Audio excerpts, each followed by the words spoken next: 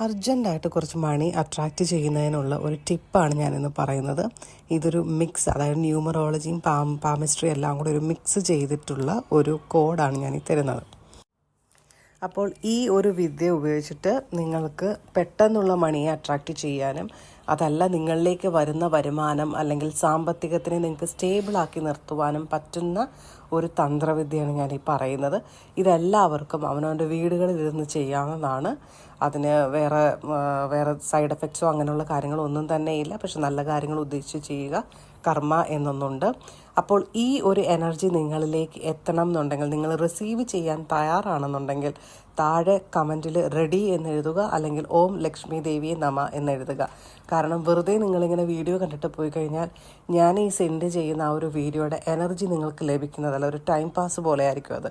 നിങ്ങൾക്ക് ഈ എനർജി കൂടി ലഭിച്ചുകൊണ്ട് തന്നെ നിങ്ങൾക്ക് ഈ ഒരു തന്ത്രം ചെയ്യണം എന്നുണ്ടെങ്കിൽ താഴെ കമൻറ്റ് തീർച്ചയായും ചെയ്തുകൊണ്ട് തന്നെ നിങ്ങളിലേക്ക്, അതായത് നിങ്ങൾ യൂണിവേഴ്സിനോട് അല്ലെങ്കിൽ ലക്ഷ്മി ദേവിയോട് അല്ലെങ്കിൽ നിങ്ങൾ വിശ്വസിക്കുന്ന ദൈവത്തിനോട് ഞാൻ ഇതിന് തയ്യാറാണ്, റെഡിയാണ്, എന്നിലേക്ക് തരൂ എന്നുള്ള ഒരു കാര്യമാണ് നിങ്ങളങ്ങനെ പറയുന്നത് കൊണ്ടും നിങ്ങളങ്ങനെ ഇതിനായിട്ട് നമ്മളുടെ കൈയുടെ മൗണ്ട് ഓഫ് വീനസ് എന്ന് പറയും. അതായത് തള്ളവിരലിൻ്റെ താഴെയുള്ള ആ പൊങ്ങിയിരിക്കുന്ന ഭാഗം, അതിനെയാണ് മൗണ്ട് ഓഫ് വീനസ് എന്ന് പറയുന്നത്. ആ ഒരു ഭാഗം നമ്മളുടെ ലൈഫിലേക്ക് അത് ഭയങ്കര ആക്ടിവേറ്റ് ആയിട്ടുണ്ടെങ്കിൽ നിങ്ങളുടെ ലൈഫിലേക്ക് മണി അട്രാക്റ്റ് ചെയ്യുന്നതായിരിക്കും. അപ്പോൾ ആ ഒരു ഭാഗത്താണ് നമ്മൾ ഈ കോഡ് എഴുതാൻ പോകുന്നത്. ഞാൻ ഈ വീഡിയോയിൽ കാണിച്ചിരിക്കുന്നത് പോലെ തന്നെ 3 ലൈൻസാണ് നമ്മൾ വരയ്ക്കുന്നത്. ഏറ്റവും താഴെയുള്ള ലൈൻസ് എന്ന് പറയുന്നതിനകത്ത് ഒരു വേവാണ്. അതിനകത്ത് 6 ചെറിയ വേവുകളുണ്ട്. അതിന് മുകളിലുള്ളതിനകത്ത് 4 ചെറിയ വേവുകളും അതിന് മുകളിലുള്ളതിന് 3 ചെറിയ വേവുകളുമാണ് ഉള്ളത്. അപ്പോൾ ഇത് വരയ്ക്കേണ്ട വിധം ഞാൻ പറഞ്ഞു തരാം. ആദ്യത്തെ വേവ് എന്ന് പറയുന്നത് 6 സ്മോൾ വേവ് ഉണ്ട്. അതായത് നമ്പർ 6 എന്ന് പറയുന്നത് വീനസിൻ്റെ നമ്പറാണ്. അതാണെങ്കിൽ നമ്മളിലേക്ക് അബണ്ടൻസും ലക്ഷറിയും ഒക്കെ കൊണ്ടുവരുന്നതായിരിക്കും. ഫൗണ്ടേഷൻ ഓഫ് വെൽത്ത് ആണത്. അടുത്തതെന്ന് പറയുന്നത് 4 സ്മോൾ വേവ്സ് ആണ്. നമ്പർ 4 എന്ന് പറയുന്നത് ഹാർഡ് വർക്കിൻ്റെയും മാനിഫെസ്റ്റേഷൻ്റെയും നമ്പറാണ്. അതുകൊണ്ട് തന്നെ നിങ്ങളുടെ ലൈഫിൽ സ്റ്റെബിലിറ്റി, നിങ്ങൾക്ക് അട്രാക്റ്റ് ചെയ്യുന്ന മണി സ്റ്റേബിളായിട്ട് നിൽക്കുവാനായിട്ടും അതുപോലെ മെറ്റീരിയൽ ഗ്രൗണ്ടിങ്ങിനൊക്കെ ഹെൽപ്പ് ചെയ്യും. ലാസ്റ്റ് വേവ് എന്ന് പറയുന്നത് 3 സ്മോൾ വേവ്സ് ആണ്. അതെന്ന് വെച്ച് കഴിഞ്ഞാൽ നമ്പർ 3 ജൂപ്പിറ്റർ ആണ്. ജൂപ്പിറ്റർ വിസ്റ്റത്തിൻ്റെയും എക്സ്പാൻഷൻ്റെയും ഡിവൈൻ ലക്കിൻ്റെയും ഒക്കെ ഒരു റെപ്രസെൻറ്റേഷനാണ്. അതായത് ജൂപ്പിറ്ററിൻ്റെ 3 ലൈൻ എന്ന് പറയുന്നത് ഏറ്റവും മുകളിലായിട്ട് വരുന്നത് കൊണ്ട് തന്നെ സ്പിരിച്വൽ ഗൈഡൻസും ബ്ലെസ്സിങ്സും ലഭിക്കുന്നതിന് അതായത് വെൽത്തിലേക്കുള്ള ബ്ലെസ്സിങ്സും ലഭിക്കുന്നതിന് ഹെൽപ്പ് ചെയ്യുന്നതാണ്. ഈ 6 വേവ്സ് ആയിട്ടുള്ളതിനെ നിങ്ങൾ വരയ്ക്കേണ്ടത് ഗ്രീൻ കളറായിട്ടും, ഗ്രീൻ കളർ മണി ഫ്ലോയെ റെപ്രസെൻറ്റ് ചെയ്യും. അതിൻ്റെ മുകളിലുള്ള 4 വേവ്സ് വരയ്ക്കേണ്ടത് ഡാർക്ക് ബ്ലൂ കളറിലോ അല്ലെങ്കിൽ ബ്രൗൺ കളറിലോ ആയിരിക്കണം. അത് ഗ്രൗണ്ടിങ്ങിനും സ്റ്റെബിലിറ്റിയും കാണിക്കും. ലാസ്റ്റിൽ മുകളിലുള്ള 3 വേവ് എന്ന് പറയുന്നത് റെഡ് കളറിലാണ് വരയ്ക്കേണ്ടത്. അത് ഹയർ എനർജിയും സ്പിരിച്വൽ അട്രാക്ഷനെയും കാണിക്കുന്നതാണ്. ഈ റിച്വൽസ് ചെയ്യുവാനായിട്ട് ആദ്യം നിങ്ങളുടെ കൈകൾ കഴുകിയിട്ട് നിങ്ങളുടെ ഇടത്തെ കൈയിലാണ് ഇത് എഴുതേണ്ടത്. അതല്ല വലത്തെ കൈ, ഇടത്തെ കൈയാണ് നിങ്ങളുടെ ഡോമിനൻ്റ് ഹാൻഡ് എന്നുണ്ടെങ്കിൽ നിങ്ങളുടെ വലത്തെ കൈയിൽ എഴുതുക. ഏത് കയ്യിൽ എഴുതിയാലും മതി. അപ്പോൾ നിങ്ങളുടെ കൈകൾ നല്ലതുപോലെ കഴുകുമ്പോൾ കുറച്ച് ഉപ്പുപൊടി ഇട്ടിട്ട് കൈകൾ നല്ലതുപോലെ റബ്ബ് ചെയ്ത് കഴുകുക.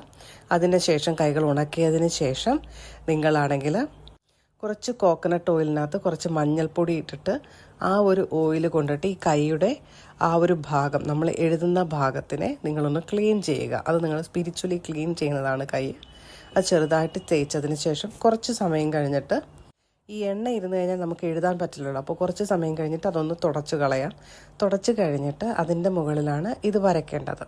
ഇത് വരയ്ക്കുന്ന സമയത്ത് നിങ്ങൾക്ക് മനസ്സിൽ ഓം ലക്ഷ്മി ദേവിയെ നമഃ എന്ന് പറയാം. അതല്ല കുബേരമന്ത്രം ചൊല്ലാം, ലക്ഷ്മി മന്ത്രം ചൊല്ലാം, ഏത് മന്ത്രമായാലും ചൊല്ലാം. ഇതൊന്നും അറിയാത്ത സാധാരണക്കാർക്ക് ഓം ലക്ഷ്മി ദേവിയെ നമഃ എന്ന് പറഞ്ഞുകൊണ്ട് തന്നെ നിങ്ങൾക്ക് വരയ്ക്കാവുന്നതാണ്.